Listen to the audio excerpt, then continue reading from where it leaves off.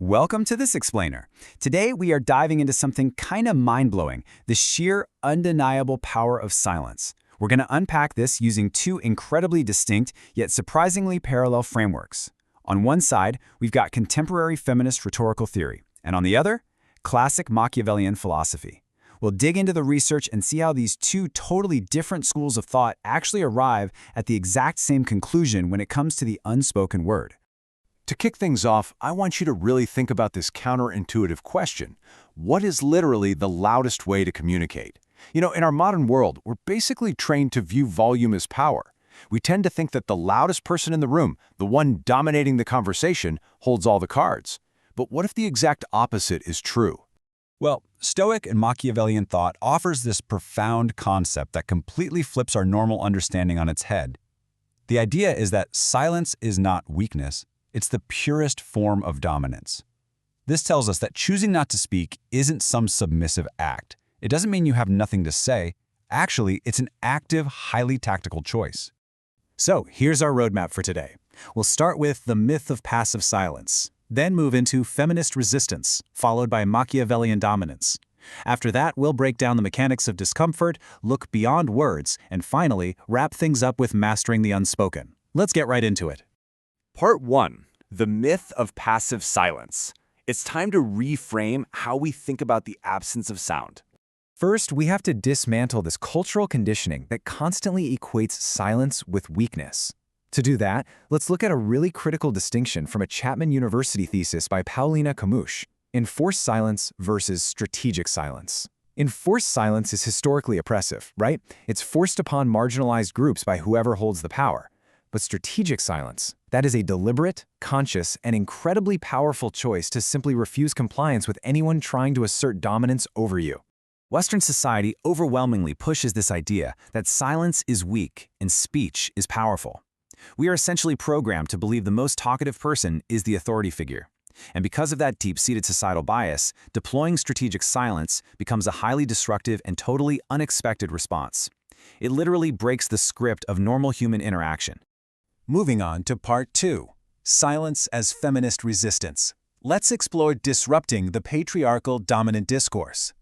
So how do marginalized voices use silence to actively disrupt dominant conversations? Looking at the Chapman University research, there's a pretty stark comparison. Traditional verbal speech has historically existed within a male-dominated framework where women's words, even when perfectly objective, are frequently dismissed as emotional or irrational. Silence, however, completely evades that invalidation. You can't interrupt or dismiss words that aren't even spoken, right? Because of that, silence functions as a resistant force that snatches the conversational power right back. Camus puts it perfectly. She writes, "Within its refusal to partake in the masculinized exchange of language, strategic silence works to resist patriarchal practices. By literally refusing to play a rigged game, the speaker takes away the oppressor's ability to invalidate them. It's a brilliant move." And this creates a phenomenon known in feminist theory as rhetorical listening. This is the act of interpreting the meaning and intent behind someone's silence when verbal communication has just completely broken down. When you deliver the silent treatment to someone who isn't receptive, you force them to stop arguing and start genuinely reflecting. They literally have to listen to your silence. All right, Part 3. Silence as Machiavellian Dominance, using stillness as a literal weapon against disrespect. We're shifting the lens now from collective feminist resistance to individual power dynamics. And this juxtaposition is absolutely fascinating.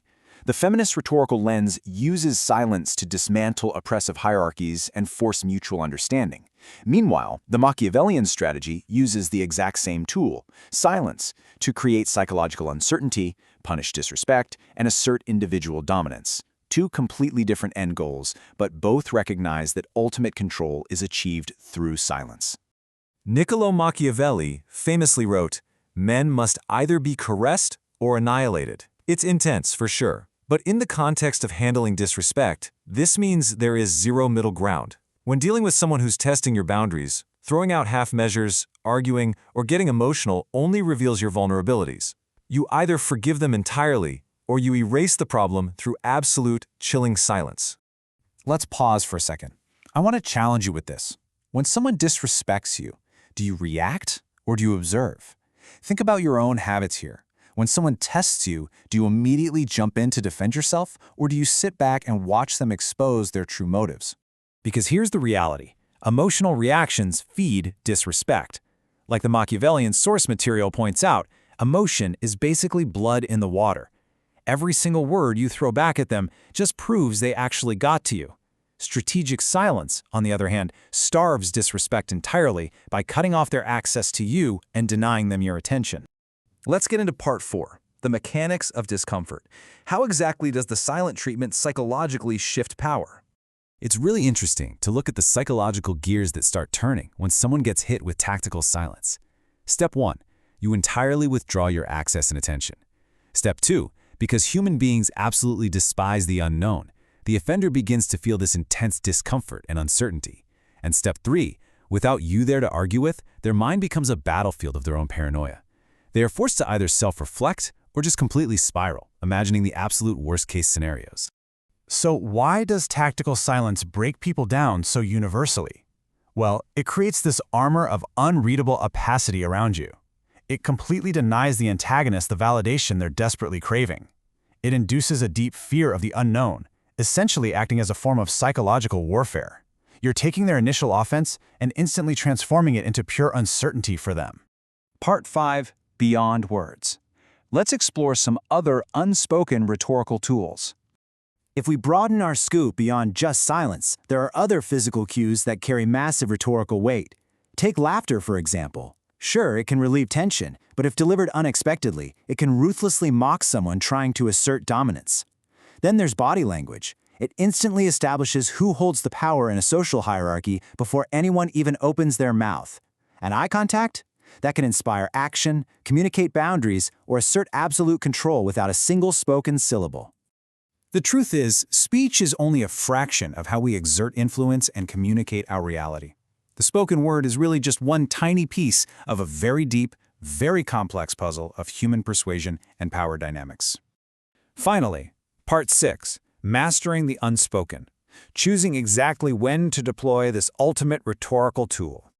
To bring both of these philosophies together into one ultimate takeaway, true control begins with mastering your own internal reactions. You have to become completely untethered to external validation.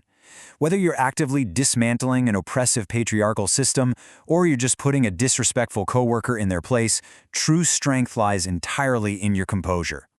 I'll leave you with this lingering thought to take into your next real-world conflict. The next time words fail you, the next time someone tests your boundaries or tries to invalidate your voice, are you going to keep speaking and play their game, or will you step back and let silence do the work? Thanks so much for joining me for this explainer. Keep learning, and I'll see you next time.